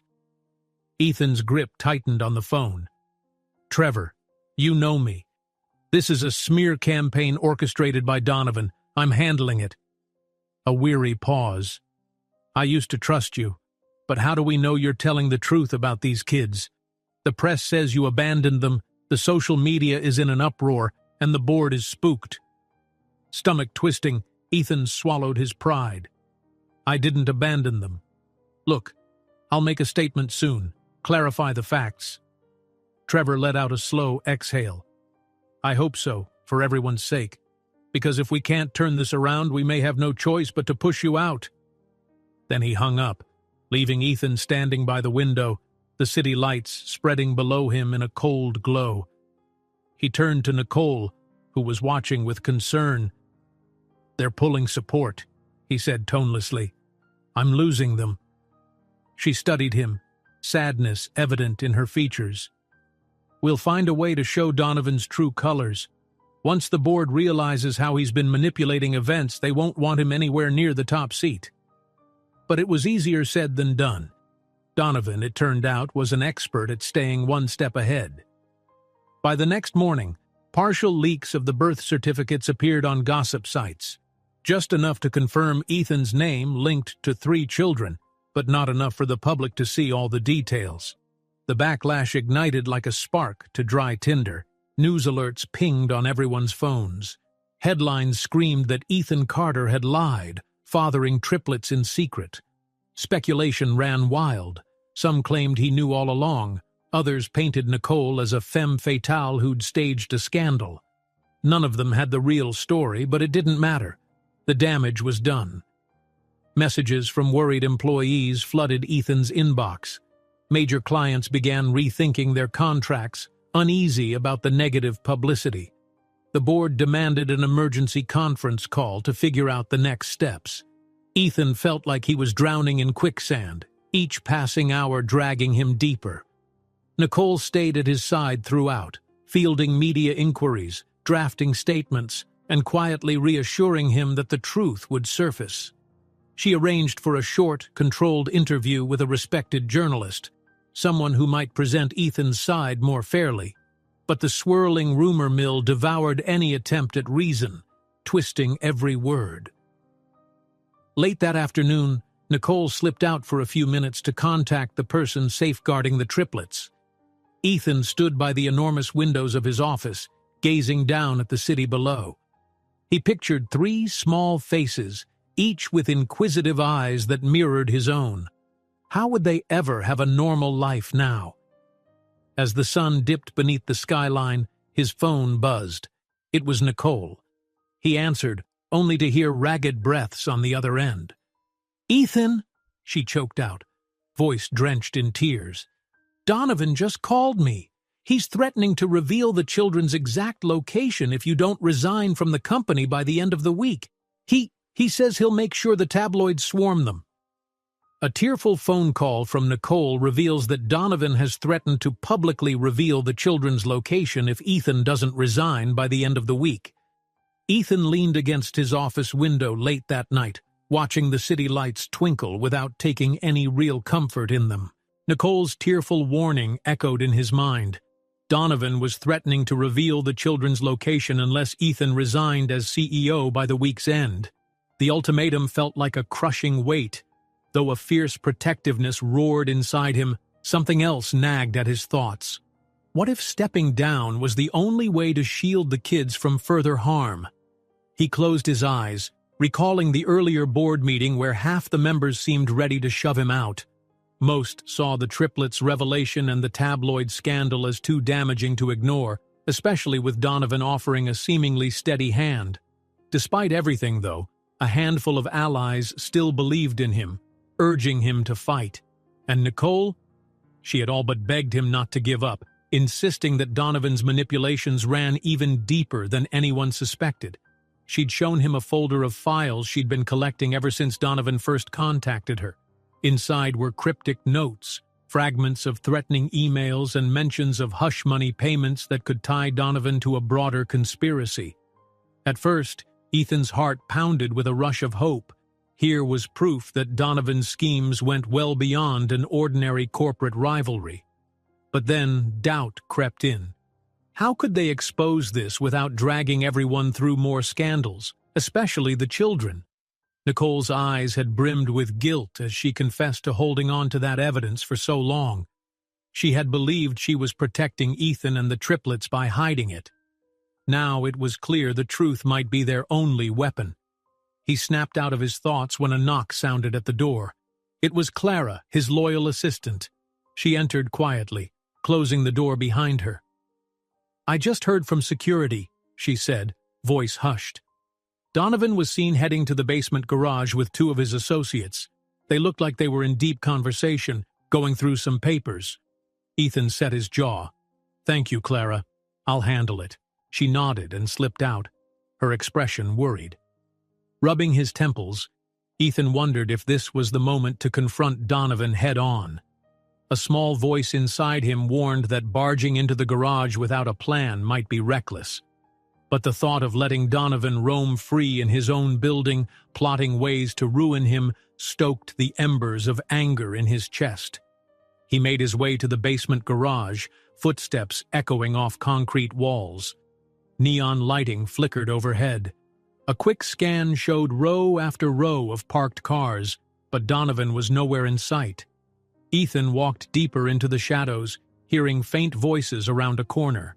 He peered between two SUVs and spotted Donovan talking on his phone while two men hovered nearby, arms crossed and expressions unreadable.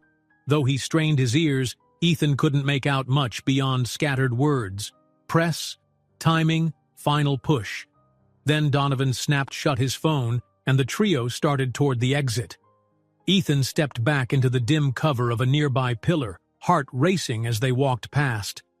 He could see Donovan's face twisted in a self-satisfied smirk, one that made Ethan's blood run hot. There was no direct confrontation that night, though. Donovan and his cohorts left without noticing him. Back upstairs, Ethan found Nicole in his office, waiting anxiously. She jumped up when he entered, searching his face for clues. "Did you see him? Find anything?" He shook his head. "Just overheard him discussing the press. Something about timing and a final push.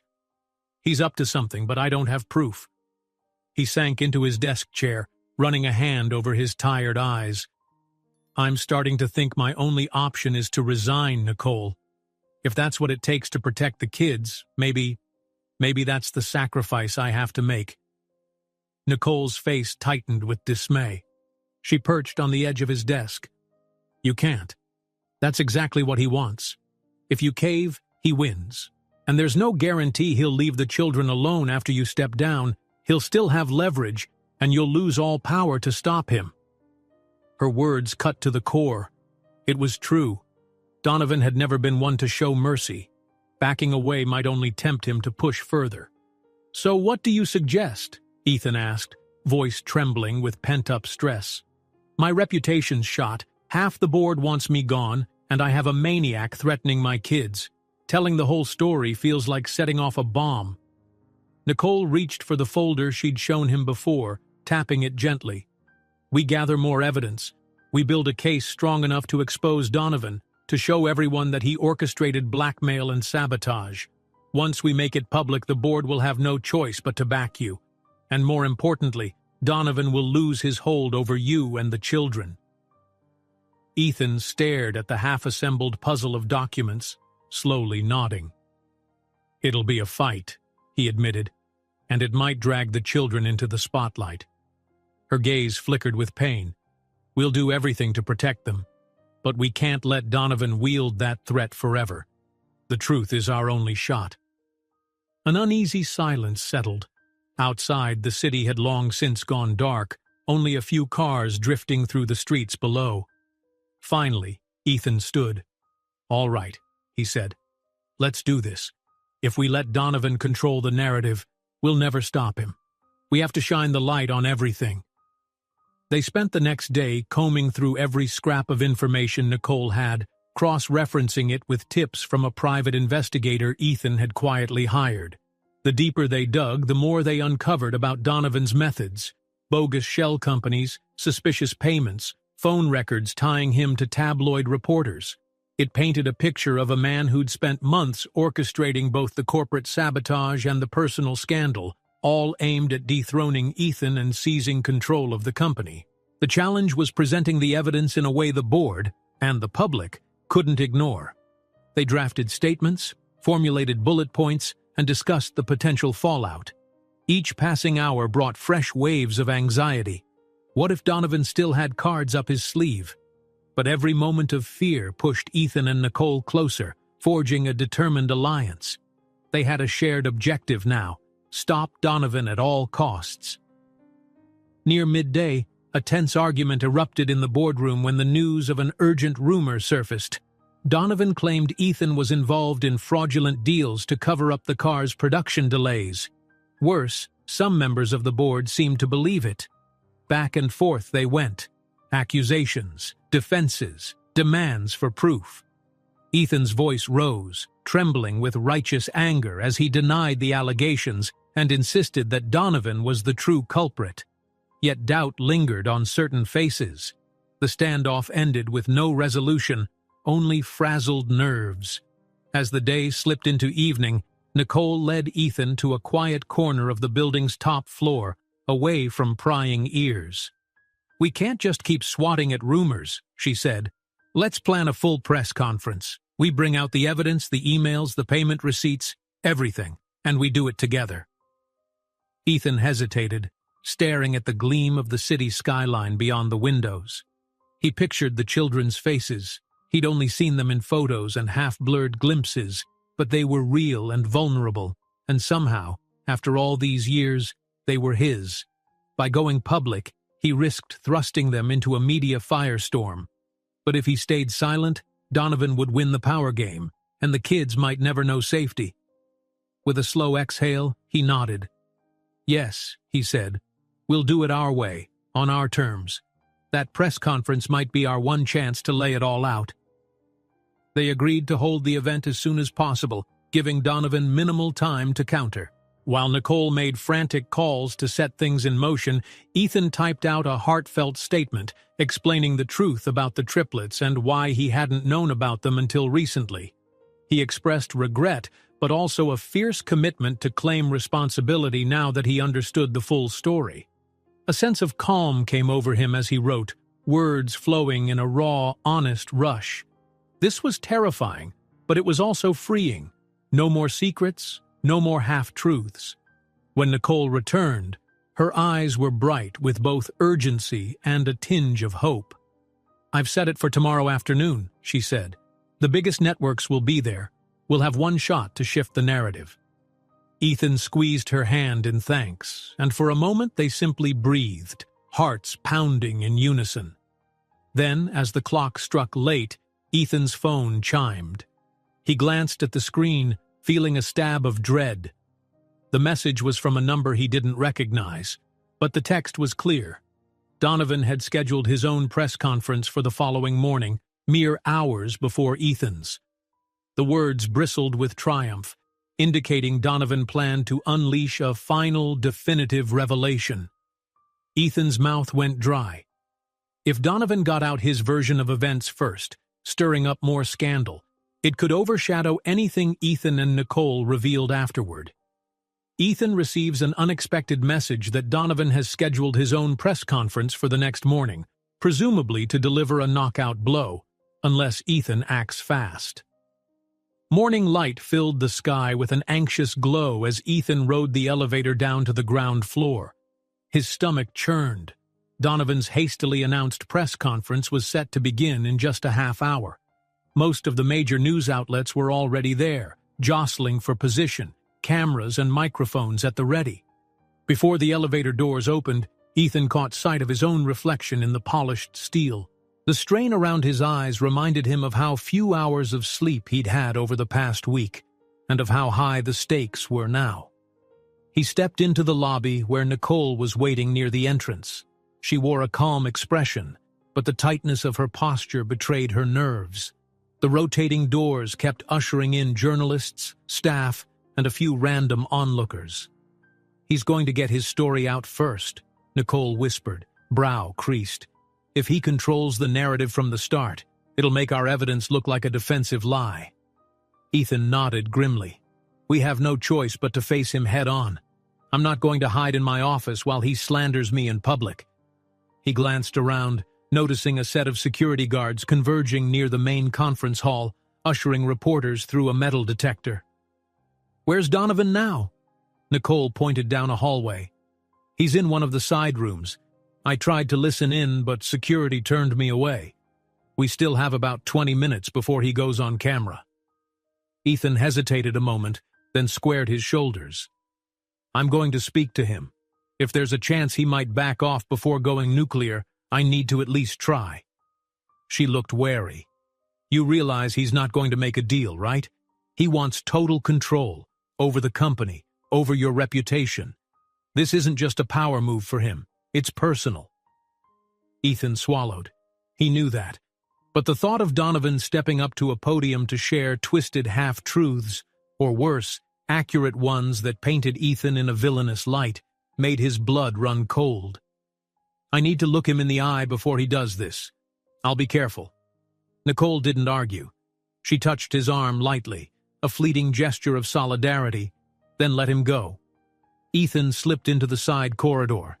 A security guard stationed at the door recognized him as CEO and didn't stop him, though he threw an uneasy glance as Ethan turned the handle. The room inside was small and brightly lit, a staging area for speakers about to face the press. Donovan stood near a long mirror adjusting his tie while two assistants hovered with stacks of paperwork. The moment Donovan saw Ethan, his mouth twisted into a sarcastic smile. "You're a little early for the show," he said. "Couldn't wait to see me in action?" Ethan ignored the barb. He stepped closer, voice low. "I'm asking you one last time. Call this off. There's still a chance we can handle this without torching the company we both built." He paused, forcing his tone to stay calm. "I know what you've done, Donovan.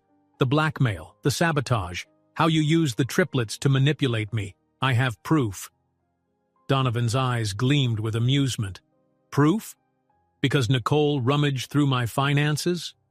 He let out a quiet chuckle. "The board will believe what I show them first. That's how it works, Ethan. You're already on your knees. This press conference is just the official blow."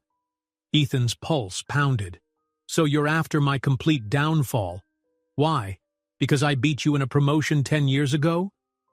His voice quivered with anger. What kind of person ruins 3 innocent children's lives just to settle an old score?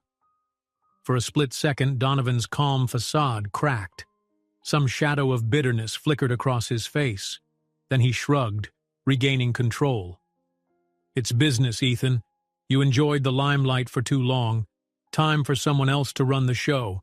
And if the children are casualties in the process, well, that's on you for hiding them.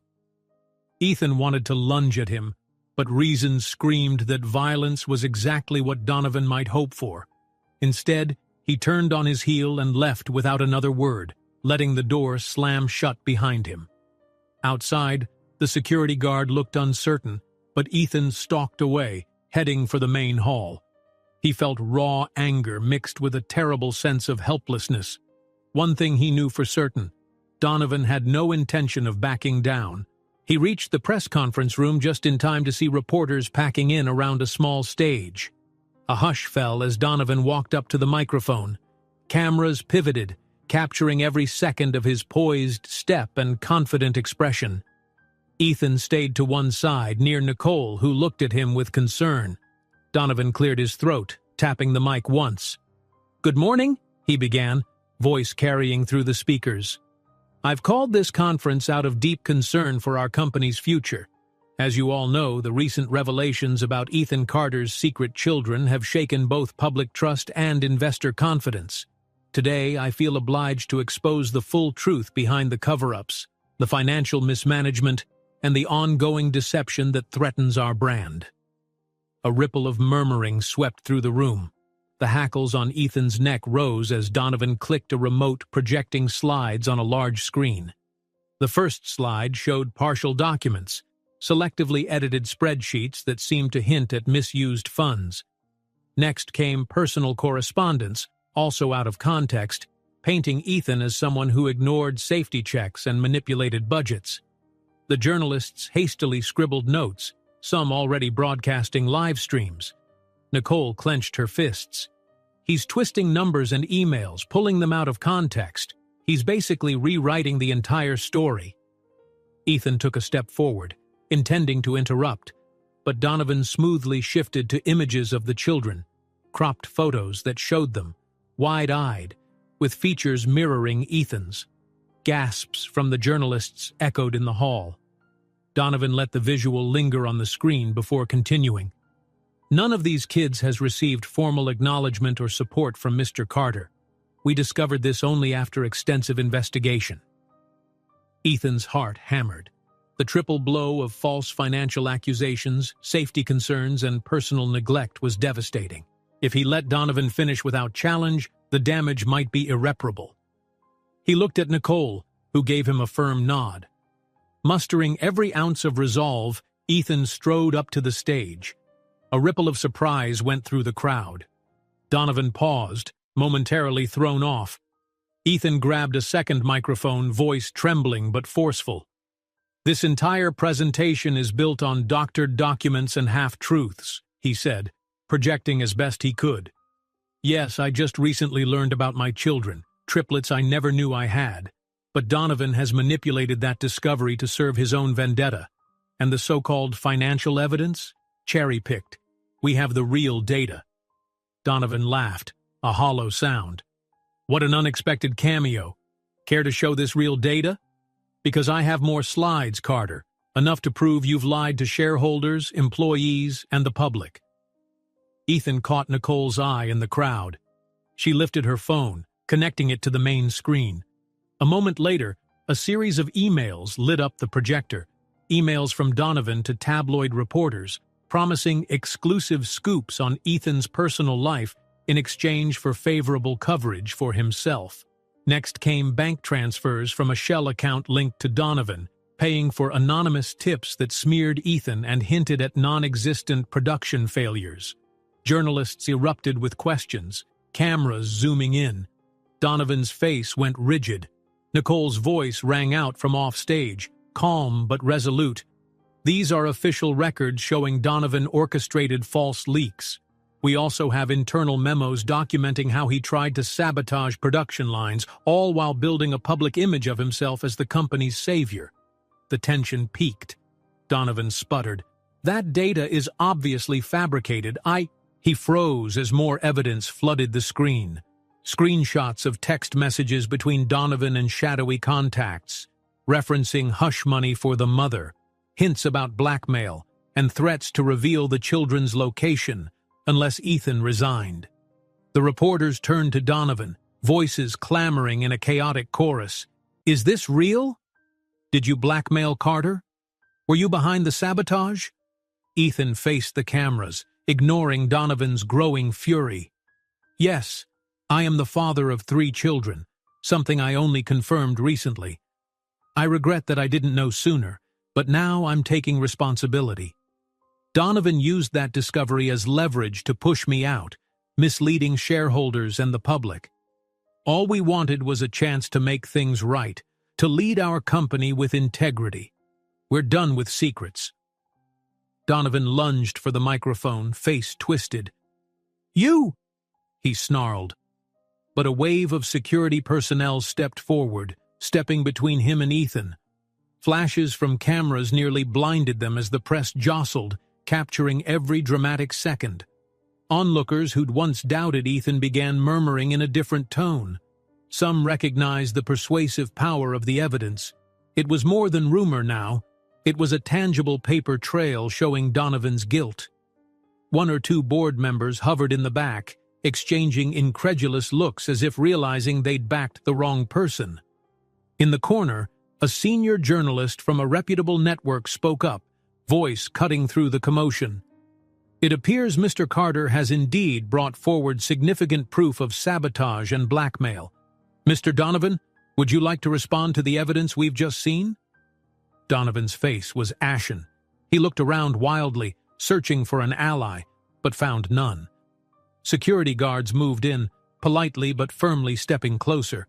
Realizing he was cornered, Donovan let out a frustrated roar. He tried to push past them, but they held him back. Ethan felt an odd mixture of triumph and sorrow. Donovan had once been a respected colleague. A rival, yes, but never an open enemy. Now, seeing him exposed, disgraced in front of the cameras, wasn't as satisfying as Ethan might have imagined. All he could think about was how this entire mess had endangered the children. As Donovan struggled in the arms of security, the cameras clicked furiously, capturing the final blow. Ethan moved away, letting the swirl of shouting journalists fill the void. Nicole rushed up to him, relief mixed with shock on her face. She took his hand briefly, whispering, "We did it. He can't hurt the children now." But Donovan, hounded by reporters and flanked by guards, managed one last outburst. His voice carried through the stunned press corps. "You think this is over? You have no idea what else I know." Ethan stood at the top of the small stage the next morning, staring out at rows of reporters. The events of the previous day still pulsed in everyone's memory. Donovan's furious outburst, the damning evidence, and the collective gasp that seemed to hang in the air even now. Yet as Ethan gripped the microphone, he felt a calm determination anchor him. No more secrets, no more running. "Thank you all for coming," he began, voice carrying a steady resolve. "I know the last few weeks have been a whirlwind of rumors, revelations, and unfortunate truths. I also know many of you doubted my ability to lead this company, or to be the father I never realized I was.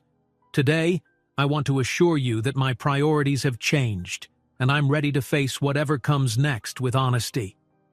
Cameras flashed, capturing his tired but genuine expression. Nicole stood nearby, her hands clasped in front of her, watching him with a mixture of pride and relief. The reporters, usually quick to hurl questions, seemed momentarily subdued, as though sensing the weight of the moment. In the lobby afterward, a few employees approached Ethan shyly, congratulating him on his candid statement. Most looked at him with renewed respect. Even the tabloids, so quick to spread salacious rumors, had toned down their hostility. Some headlines now read, "CEO Carter takes responsibility for children, vows transparency." Tiny shifts in tone, but enough to suggest the public was beginning to see Ethan as more than a shadowy figure with a scandal. Upstairs, Ethan collapsed into his office chair. Nicole joined him, settling on the edge of the desk. "You did great," she murmured. "You owned your story. People can respect that." The exhaustion etched on her face mirrored his own. The tension of the last weeks had worn them both to the bone. A knock at the door signaled an interruption. Clara stepped inside, her usual composed manner barely disguising her excitement. "The board is gathering in the main conference room," she said. "They requested your presence immediately, and, well, they seem optimistic." Ethan shared a quick glance with Nicole. "Let's go see what they have to say." When he arrived, he found the board members in a more unified state than he'd seen in months. They sat around the long table with purpose in their eyes. One of the senior members rose, clearing his throat. "Ethan, the evidence of Donovan's sabotage is undeniable. You were transparent, even at risk to yourself. That act of integrity restored our confidence in your leadership." A small wave of relieved murmurs followed his words. Another member chimed in. "It's clear now where the real harm was coming from. We owe you an apology for doubting your intentions." Ethan's breath caught. For weeks, he'd braced himself to be removed as CEO, but now the air in the room was charged with cautious admiration. "Thank you," he managed, voice thick. "I know this hasn't been easy on any of us. I'm just grateful for the chance to set things right." Hannah, one of the more outspoken members, offered a thin smile. "We've formally voted to retain you as CEO. You have our full support, provided we move forward with the new car's launch promptly and maintain the transparency you've shown. The public needs to see that we stand by you and by the values this company was built on." A gentle chorus of agreement swept the table. Ethan felt warmth spread in his chest, a sense of hope that had been lacking for too long. "I promise," he said softly. "No more secrets." Later that day, he and Nicole stood in the vast showroom, bathed in bright lights that reflected off the car's pristine surface. This was supposed to be their victory lap, the moment they dreamt of when they first conceived the new model. A select group of investors and VIP buyers gathered around, murmuring appreciatively as they examined the car's sleek lines. Ethan gave a brief speech, highlighting the technical achievements, but he also spoke candidly about how this project represented renewal, both for the company and for him personally. When he was done, the crowd offered genuine applause. Orders started rolling in within the hour, with enthusiastic clients signing up for early delivery slots. Staff members clustered around, high-fiving and hugging one another, a palpable wave of relief and celebration in the air. Just then, Ethan cleared his throat. "Everyone, if I could have your attention." The gathered employees fell silent, eyes bright with anticipation. "Starting today, we'll be implementing some new policies," he announced. "They focus on work-life balance, parental leave, and ensuring every person here feels supported, whether they have a family at home or one they're dreaming of. This is a personal commitment I'm making to all of you." Nicole stood off to the side, a soft smile on her face. She knew how deeply Ethan meant every word. For him, those policies weren't just business decisions. They were reflections of the father he wanted to become.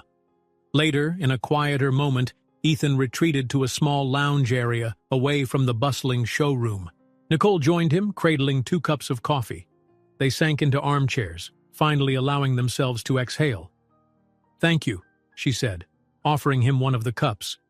"Thank you for not running away from the truth, and for choosing to be a part of the children's lives, despite how crazy everything has been." Ethan sipped his coffee, the warmth grounding him. "I wish I'd known sooner, Nicole, but I can't change the past. All I can do is promise them, and you, that I'm here now, for all of it." A soft cheer echoed from down the hallway as a fresh wave of orders came through. Nicole glanced toward the sound, eyes shining with happiness. "See? People still believe in us. And in you." He nodded, a flicker of a smile curving his lips. But then a shadow of old worry passed over his face. "What about Donovan?" he asked quietly. I know the authorities are looking into the evidence we presented, but do we need to worry he'll come after us again? Nicole placed a reassuring hand on his. Your private investigator has already secured and shared everything with law enforcement. Donovan's facing a long list of charges: extortion, sabotage, fraud. Even if he tries something, we're prepared. Ethan felt a tight knot in his chest loosen at her words. A calm settled in, replaced by thoughts of what came next, introducing himself to 3 little lives that needed a father. I want to meet them, he said, hardly above a whisper. Properly. I've missed so much already. Nicole's eyes misted. They're still safe with my friend. I'd like to arrange everything soon so the kids can know who their father is. I hope one day they can also meet your extended family. He reached for her hand, squeezing gently.